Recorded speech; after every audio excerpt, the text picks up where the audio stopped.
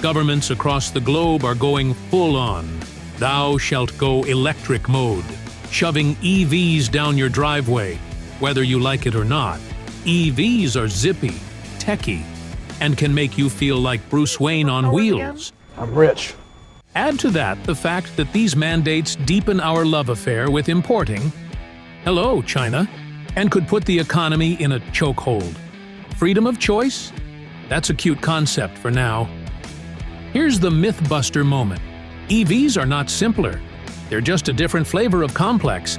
You're swapping out your noisy engine for a giant battery that's so intricate, it's practically an engineering Rubik's Cube.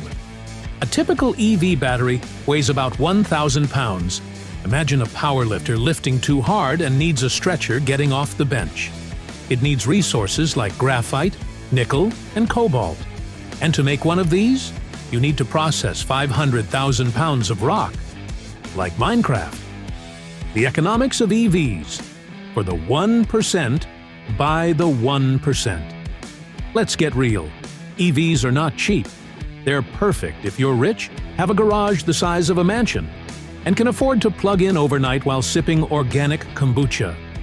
But for the rest of us peasants, it's not adding up.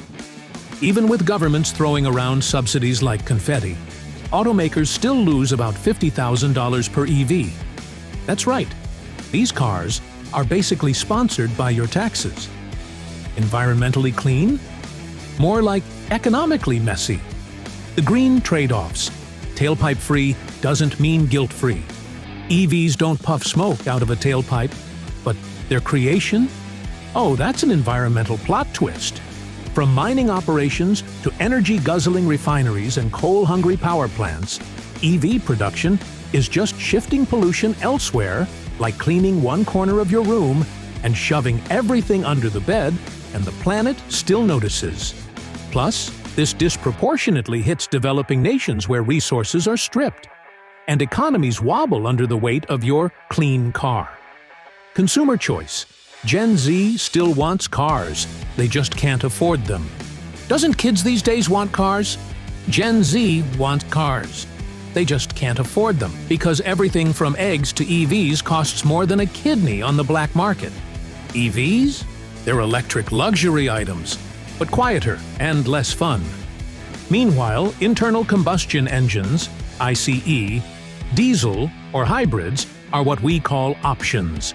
And forcing EVs as the only solution is like saying, we're constantly upgrading your 50-year-old car every time we give it a gentle love tap. Market realities. EV sales are hitting the brakes. Remember when EVs were all the rage? Well, turns out that hype is hitting a pothole.